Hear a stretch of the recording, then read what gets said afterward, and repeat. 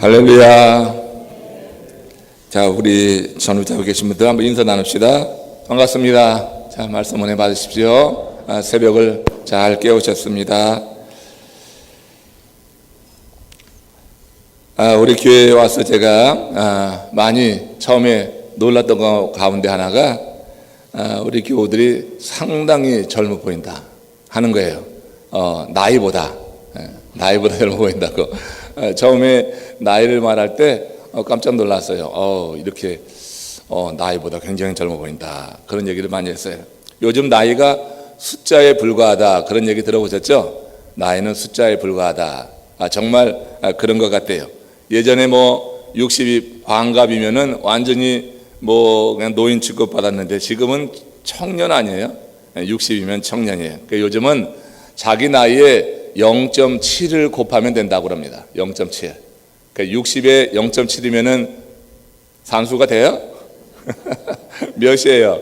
옛날 나이로 하면 42세. 60살 되신 분은 한 42세니까 상당히 젊죠. 그러니까 50은 뭐예요?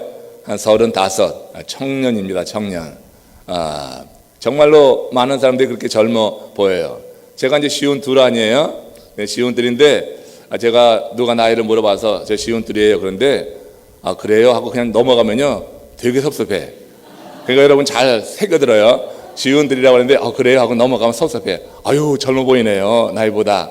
어떻게 그렇게 나이가 많이 되었어요? 정말 40 초반인 줄 알았어요. 이렇게 하면 참 기분이 좋은 것 같아요. 자, 우리가 나이가 들어 보인다, 혹은 그 나이만큼 보이네요, 이거 요즘 욕이에요. 그러니까 여러분 웬만하면은 그냥 나이를 말하면은 젊어 보입니다, 이렇게 얘기하면 그냥 관계가 좋아지는 줄로 압니다. 근데 젊어 보이기만 하면 뭐하나, 실제로 그렇지 않으면은 젊어 보인다고 단가 실제 마음은 점점 나이 들어가고 아주 고약해져 가는데, 그러면 그거 뭔가 하는 그런 생각을 합니다. 진정 정말 나이 든 증거는 이게 그냥 우리 1살 2살 나이 들어가서 나이 든 게 아니라 정신이 그게 나이 든 거다. 그러니까 정신적으로 나이 들었다고 하는 게 어떻게 할 수 있냐면 호기심이 줄어든다고 하잖아요. 그리고 뭔가에 감동하는 게 없어요. 이 찬양을 해도 그냥 무덤덕한 거예요. 그냥 늘 하던 거 하는 거니까 그냥 별로 감동이 없어요. 그렇지만 여러분, 우리가 영적으로 정말 어린아이 같이 될 때 찬양 하나 해도 그렇게 감동이 되고, 기도를 해도 그렇게 마음에서 이런 마음의 그런 뜨거움이 있고 하는 그런 일들이 벌어지지 않을까. 우리가 찬양할 때 무덤덤하고 아무런 감동도 일어나지 않고 예배에 대한 어떤 기대도 없고 호기심도 없고 하다고 하는 것을 보면은 좀 늙어가고 있는 거다. 여러분, 우리 몸은 늙어갈 수 있습니다. 그러나 여러분들의 이 영혼은 날마다 새롭게 더욱더 젊어지시기를 주의 이름으로 축원합니다. 영적으로는 우리가 얼마든지 젊어질 수가 있는 거예요. 우리가 하나님의 말씀을 들으려고 할 때 귀가 열리고 내 가슴이 쿵쿵 뛰기도 하고, 여러분, 하나님의 말씀은 그런 역사하는 능력이 분명히 있는 줄로 믿습니다. 하나님의 말씀을 내가 어린 아이 마음처럼 그런 마음을 가지고 듣게 될 때, 우리 하나님 말씀 들을 때마다 내 심정을 치고 자꾸 마음에 이렇게 감동이 되고 하는 그런 역사를 경험한다고 하는 거예요. 기도해 봅시다 하는데 다 해본 건데요, 이런 식의 반응을 말은 안 해도 속으로 하는 것을 저는 눈치가 굉장히 저기에서 알 수가 있어요. 기도합시다. 지금 앞에 이제 40일 새벽 부흥성에 배너가 걸렸어요. 여러분, 큰일 나서 이제 40일 동안 새벽에 나와서 함께 기도하자고 하는데, 저는 웬만하면 여러분들이 이 40일 기도에 대해서 정말 마음에 그런 감동이 일어나고 그냥 자원해서 참여하기를 바랍니다. 혹 그러지 않더라도요, 정말 이번에 한번 내가 해보겠다, 한번 내가 이번에 40일을 한번 정말 작정을 한번 해보고 깨워보자. 여러분들, 이 40일은 아주 특별한 의미가 있습니다. 여러분들이 뭔가 정말 이루기를 소망하는 일이 있거든. 이번에 여러분 예전에 해본 건데 집중기도 한번 일주일씩 해봤죠? 그렇죠? 40일을 부흥성회로 정말 뜨겁게 찬양하고 뜨겁게 기도하고 매일 그렇게 하나님의 말씀을 받으면서 시작해 본 적이 있으세요? 있으실 수도 있죠. 그렇지만 이 40일 기도에는 아주 특별한 의미가 있어요. 저는 이 40일 기도를 통해서 제 목회가 견고해지고 성도들이 은혜를 받고 여러 경험을 하고 또 기도의 응답을 받고 하는 것을 많이 경험을 했습니다. 그렇기 때문에 힘들어요. 사실 40일을 매일같이 부흥회하듯이 그렇게 깨운다고 하는 게 정말 쉽지 않아요. 그렇지만 하나님의 은혜가 있기 때문에 그걸 알기 때문에, 그래서 내 이 마음의 감동, 내가 영적인 이런 그런 어떤 열정 같은 것이 식지 않게 하는 아주 중요한 영적인 도구가 돼요. 목회 계속 하다 보면요, 어느 때는 타성해졌기도 합니다. 근데 이 40일 기도가 저를 살려요. 40일 기도가 또 여러 성도들을 살려요. 우리가 기도 많이 하는 교회고 찬양이 뜨거운 교회예요. 하지만 이번 40일 기도 한번 해봅시다 하면, 네, 다 해본 건데요, 이런 반응 나오면 정말 밉상이야. 그런 사람 정말 밉상이야. 그냥 속으로 하시고, 제가 웬만한 눈치가 있어서 다 알지만, 여러분 웬만하면은 한번 대단히 한 마음 작정하시고 이번 한번 40일을 한번 같이 깨워보시기를 바랍니다. 여러 가지 여러분 기도 제목이 있을 거예요. 겉은 번지르하고 멀쩡하지만 제가 다 합니다. 속이 다 이렇게 하면 썩고 정말로 말 못할 그런 고민이 있고 기도 제목 있는 거 왜 몰라요? 압니다. 목회 해보면은 이제 사람을 알아가게 됩니다. 그리고 몇 마디 대화 나누다 보면은 어느 정도 알 수가 있어요. 기도가 필요한 분이구나 하는 걸 알 수가 있어요. 여러분 이번 40일이 정말 여러분들에게 큰 도전으로 제가 여러분 이렇게 선사를 합니다. 이번 40일에 기도합시다 할 때 다 해본 건데요, 이런 식은 말고 내가 힘들지만 한번 해보겠습니다, 도전해 보겠습니다, 이런 식으로 한번 참여하게 될 때 하나님의 놀라우신 은혜, 그 경험들이 여러분들에게 꼭 누려지게 될 줄로 믿습니다. 뇌 과학자들은 그런 얘기를 합니다. 인간의 반복적인 그 경험들이 인간 뇌의 어느 부분에 입력되고 저장되었다가 유사한 상황이 되면요, 그게 자동 반사적으로 나온다고 하는 거예요. 우리가 반복되는 경험들이 있습니다. 반복되는 경험들이 그게 여러분 뇌의 어느 부분에 저장이 되는 거예요. 유사한 상황이 펼쳐지면은 그 저장된 그런 반복된 습관, 학습이 그대로 반응적으로 나오게 된다고 하는 거예요. 우리 목사님들은 밥만 보면 고개가 숙여집니다. 밥만 보면 기도하는 거니까 어디 가서든지 혼자 밥을 먹을 때든지 기도하고, 또 뭐 그냥 어디 가서든지 뭐 식사 기도하게 되니까. 어떤 경우에는요, 어느 목사님이 식당에 가서 기도를 했어. 전체 기도를 했어. 그런데도 또 그 밥이 나오면 또 기도해. 그런 경우 있어요. 이게 습관이에요. 밥을 보면 기도해야지 된다 하는 그런 습관이 돼서 그런 경우가 있어요. 그냥 직업병이다 이제 속으로 이제 그렇게 생각하면서 이 기도 하나님이 받을까, 또 그런 생각도 하고요. 어느 때 그래요. 우리가 여러분 반복적인 그 습관들, 경험들이 이렇게 어디에 입력되고 저장되었다가 그런 어떤 상황이 펼쳐지면은 그냥 이게 자동 반응이 되는 거죠. 제가 디트로이트에서 목회할 때 반주하시는 집사님이 계셨는데, 그 반주하는 집사님 남동생 내외가 아이들하고 같이 이제 미국을 방문했어요. 그래서 한 달 정도 있다 간 적이 있는데, 그 집에서 서울에선가 식당을 했어요. 근데 그 아이가 6살 정도 되는 것 같아. 근데 이 식당하는 집에 이제 아이가 부모랑 같이 미국으로 온 거예요. 예배를 마쳤어요. 이제 소개도 하고, 그리고 이제 2부 예배 마치고 뭐 이런저런 일을 하다가 제가 이제 2시경 되면 집에 이제 돌아가곤 했는데, 그런데 성가 연습 때문에 그 아이도 남아 있었어요. 자기 이제 고모랑 같이 또 엄마랑 같이 남아 있다가 제가 이제 교회 문을 열고 제 차 있는 쪽으로 쭉 가려고 하는데 이 아이가 막 급히 뛰어와요.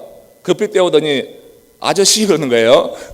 아저씨 그러더니 이렇게 손을 가운데 배꼽에 딱 이렇게 모으더니요, 다음에 또 오세요. 그러는 거야. 다음에 또 오세요. 이 아이가 맨날 본 게 뭐냐면 식당 문 열고 나가면은 안녕히 가세요, 다음에 또 오세요, 이거 본 거예요. 그래서 제가 얼마나 웃었는지 몰라요. 반복된 어떤 학습, 그런 경험들이 이게 여러분 아이들에게도 어떻게 저장되는 것 같아. 그래서 문 열고 나가는 사람을 보면은 다음에 또 오세요, 이게 되는 거예요. 여러분 기도라고 하는 것도 우리가 반복적으로 이렇게 하게 될 때 그 기도의 그 규칙적이고 반복적인 것이 이게 여러분 저장이 되는 거예요. 그래서 기도가 필요한 어떤 상황이 전개되게 될 때 자동 반사적으로 나오게 되는 거예요. 중보기도 많이 하는 사람들은 기도의 내용이 굉장히 다양합니다. 여러 그런 기도의 내용이 있어요. 병자를 위해서도 기도하고 사업체를 위해서 기도하시고 또 어떻게 뭐 잘못된 관계 때문에 틀어진 사람들을 위해서 기도하고 뭐 굉장히 기도 제목이 많단 말이에요. 그러면 살다 보면은 여러 가지 상황이 우리 가운데 이렇게 다가온단 말이에요. 그때 정말 기도를 많이 하고 습관이 되고 그것이 반복적으로 내 뇌리에 이렇게 분명히 입력된 사람들은 어떤 상황이 오더라도 거기 상황에 맞는 기도가 탁 튀어나오는 거예요. 근데 그렇지 않으면은요, 기도하는 게 그렇게 힘든 거예요. 그냥 아무 말도 못하고 그냥 끙끙 앓기만 하는 거죠.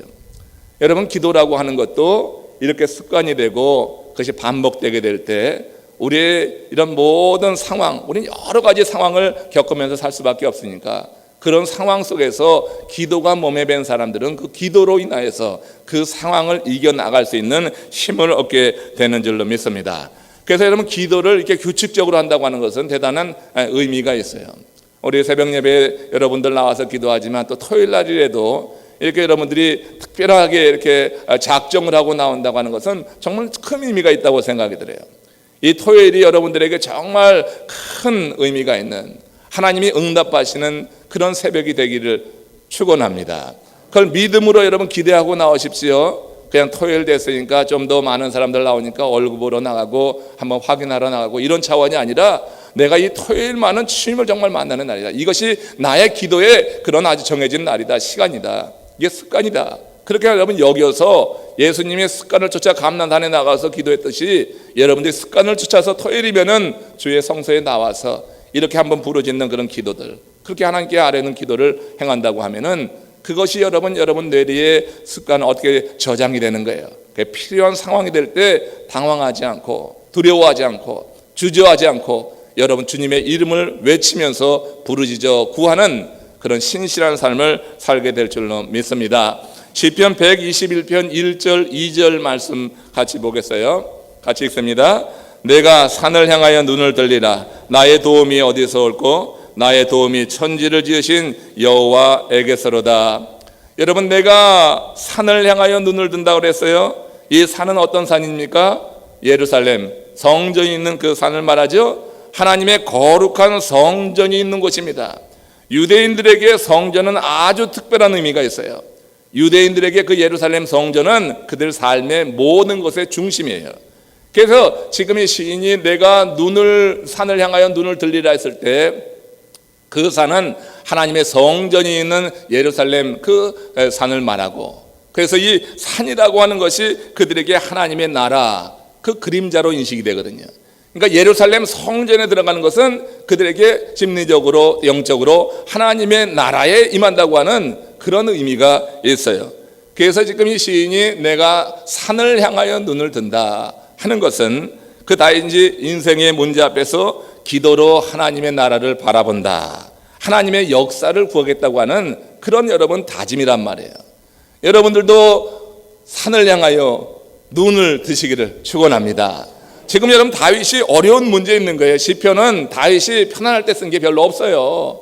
시편에 있는 다윗의 시는 모든 인생이 아주 정말로 난국, 어려움, 시험, 정말 견딜 수 없는, 감당할 수 없는 그런 시험 앞에서 쓴 시가 많이 있단 말이에요. 지금 여러분 이 다윗이 한가에서 산을 향하여 눈을 들고 있는 게 아니란 말이에요.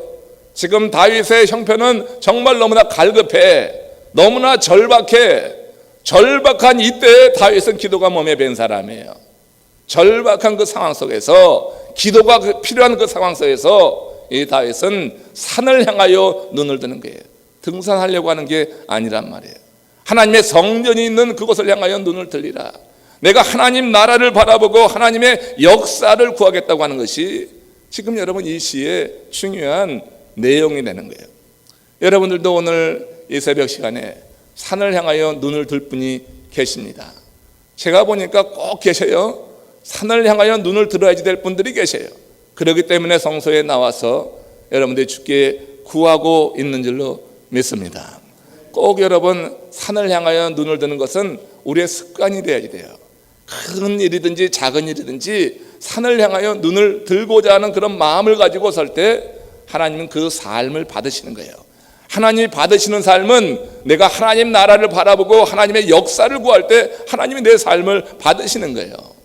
그게 여러분 영적으로 건강한 거고, 이게 여러분 늙지 않고 아주 여러분 이게 청춘으로 살아가는 거예요.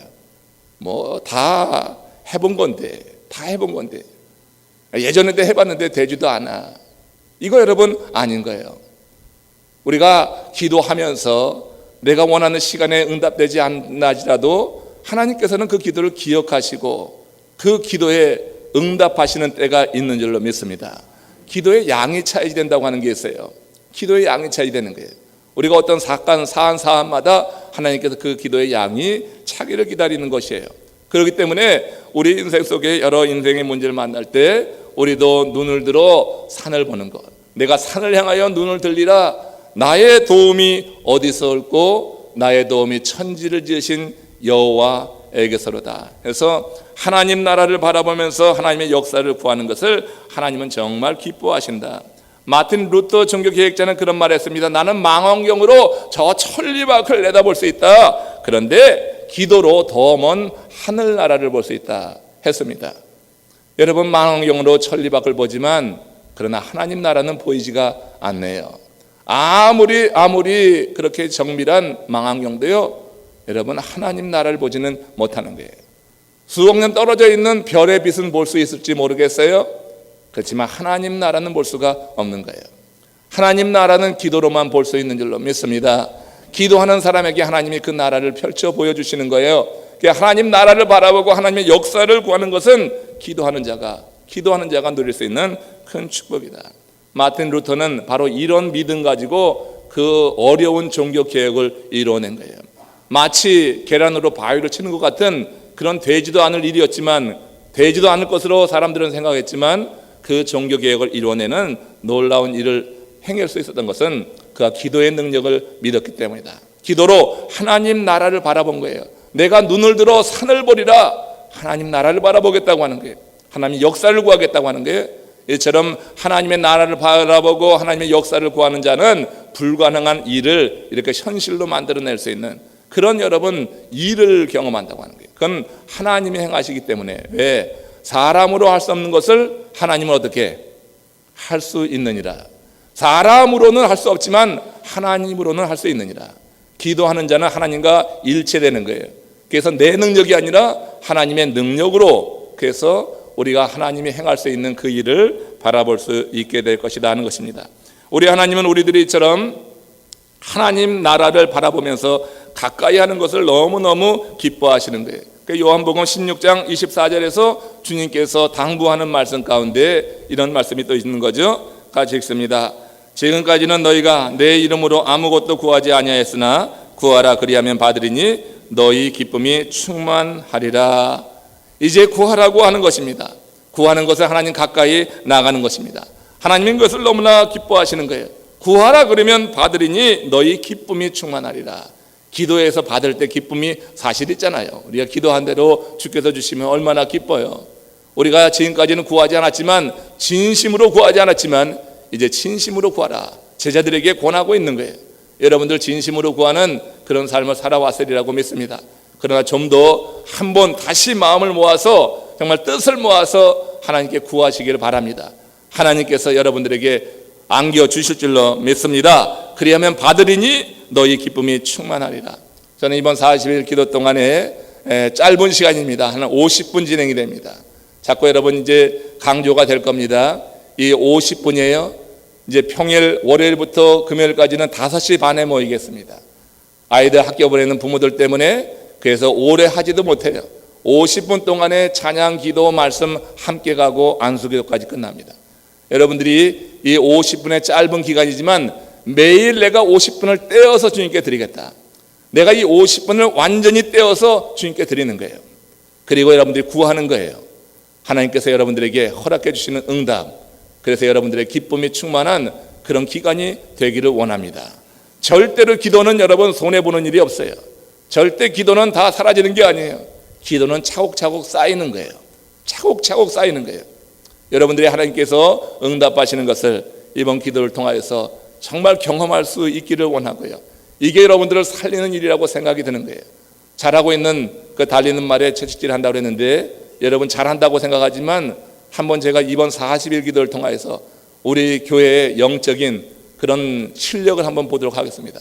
함께 여러분 같이 경주해 나갑시다. 정말 이번 40일 기도 동안에 하나님 앞에 구해서 하나님이 내게 응답하심에 기쁨이 충만하리라는 이런 일들을 함께 공유했으면 좋겠어요. 자, 잠언 18장 10절 말씀 보십시오. 시작. 여호와의 이름은 견고한 망대라 의인은 그리로 달려가 안전함을 얻느니라. 우리가 주께 구한다고 하는 것은 주님이 내 인생의 주관자다 하는 것을 인정할 때 구할 수 있는 거예요. 주께서 내 삶의 주인이 되신다, 주관자다 하는 이런 믿음이 있을 때 그런 믿음을 가지고 우리는 구할 수가 있는 거예요. 여호와의 이름은 견고한 망대라 의인은 그리로 달려가 안전함을 얻느니라. 여호와의 이름을 내가 부를 때 우리 하나님께서 어떻게 역사하시는지 아세요? 방패로 함같이 은혜로 나를 호위하시는 거예요. 이게 시편 5편 12절에서 다윗이 갖고 있는 그런 이해예요.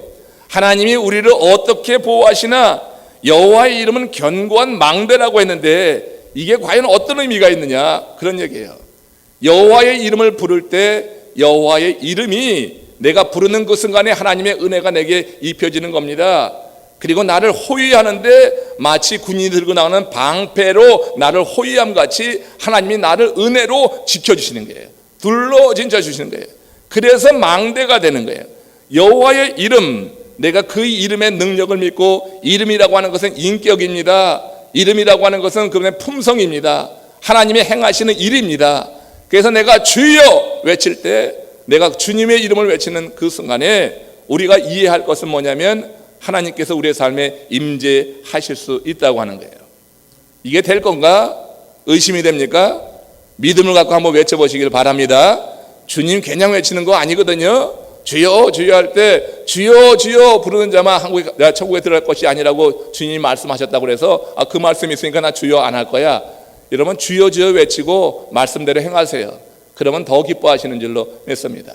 주님의 이름을 외칠 때 주님께서 내 삶의 견고한 망대가 되어주셔요. 그렇기 때문에 그리로 달려가 안전함을 얻는다 그랬어요. 안전함을 얻는다. 주의 이름을 부를 때 여호와 하나님의 은혜가 나를 입혀주는 거예요. 그래서 방패로 함같이 은혜로 나를 호위해 주시는 것, 하나님이 은혜로 날 지켜주신다고 하는 것이 어떤 의미인지 여러분 깊이 누릴 수 있길 원합니다. 기도하면서요, 하나님이 은혜로 날 지킨다. 어떻게 하나님이 은혜로 날 지키나? 여러분 은혜가 충만하면은 대적의 그런 유혹, 대적의 공격으로부터 여러분 자신을 지킬 수 있어요, 없어요? 있어요. 은혜가 근데 다 떨어지고 고갈되면요, 그러면 여러분 작은 시험에도 나가 자빠지는 거예요. 그렇지만 은혜가 충만하면 이 하나님의 은혜가 방패로 함같이 나를 호위해 주시는 거예요. 내가 여호와의 이름을 부르며 주님 앞에 나가서 구할 때 하나님의 은혜가 내게 충만히 임하면서 그 은혜가 나를 지켜주시는 것 경험하시기를 주의 이름으로 축원합니다. 잠언서 기자는 그래서 여호와의 이름이 견고한 망대다. 여호와의 이름 부르라고 하는 거예요. 부르라고 하는 것은 기도하라고 하는 거예요. 기도하게 될 때 내가 그리로 달려가는 거예요. 내가 여호와의 이름을 부르는 것은 기도하는 것이고, 기도하면서 달려가 안전함을 얻을 수 있다 하는 것입니다. 사람마다 힘들 때 부르는 이름이 있습니다. 어떤 사람은 엄마를 부릅니다. 어떤 사람은 또 형제의 이름을 부르기도 하고, 친구의 이름을 부르기도 하고, 애인의 이름을 부르기도 합니다. 정말 감당하기 어려운 인생의 문제, 시험 한계를 경험할 때 불러야지 될 이름이 있는 겁니다. 여러분 인생의 문제를 겪고 있는데도 주님의 이름을 부르지 않으면 상당히 교만한 사람입니다. 그건 이미 다 늙어버린 거예요. 그 여러분 참 돌이키기가 어려워요. 어떤 문제를 만나든지 여러분 주여 하다가 더 큰 문제 만나면 주여 좀 더 외쳐보고 주님의 이름을 부르면서 주님 앞에 가까이 설 수 있기를 원해요. 이걸 하나님이 기뻐하시는 거예요. 그게 하나님 앞에 가까이 나아가는 그런 삶이에요. 하나님을 가까이 하는 그 삶을 하나님은 귀히 여겨주신다고 하는 것입니다. 여러분 부름받은 사람들, 주님의 이름을 부르는 사람들은 부름받은 사람들이에요. 택함 받았고 부름받은 사람들이에요. 여러분 지난 주간 우리 큐티 말씀 가운데서 유다서를 읽는 가운데 그런 말을 읽어보셨죠. 부름을 받은 사람들. 그러니까 유다가 유다서를 보내는 그런 서신자, 편지를 받는 서신자들을 뭐라고 했냐면 부름받은 자들이라고 그랬어요. 기억나세요? 아무 생각 없으세요? 혹시 부름받은 자들이라고 그랬어요. 그러니까 이 편지를 받는 사람이 누구냐? 쓰신 자를 부름받은 자들. 그러면서 부름받은 자가 누구냐 설명하는 게 유다서 1장 1절 그 하반절에 이렇게 되어 있어요. 하나님이 사랑하시고 예수 그리스도께서 지켜주시는 이들이다. 부름받은 자는 하나님이 사랑하시고 예수 그리스도께서 지켜주시는 이들이다, 이렇게 규정하고 있단 말이에요. 여러분, 우리가 부름받은 하나님의 사람들이 주의 이름을 부를 수가 있어요. 부름받은 하나님의 사람들이 믿음으로 외칠 수가 있는 거예요. 여호와의 이름을 부르면서 견고한 망대, 여호와의 이름을 부르면서 그리로 달려가서 안전함을 얻는다고 하는 겁니다. 여러분 모두 다 부름 받으신 하나님의 사람임을 믿습니까? 자, 믿는 사람만 아멘 해보세요. 그래요. 저도 믿습니다. 다 부름받은 하나님의 사람들, 그렇게 여러분 내 믿음처럼, 내가 지금 고백한 것처럼 실제로 그렇게 살 수 있기를 원합니다.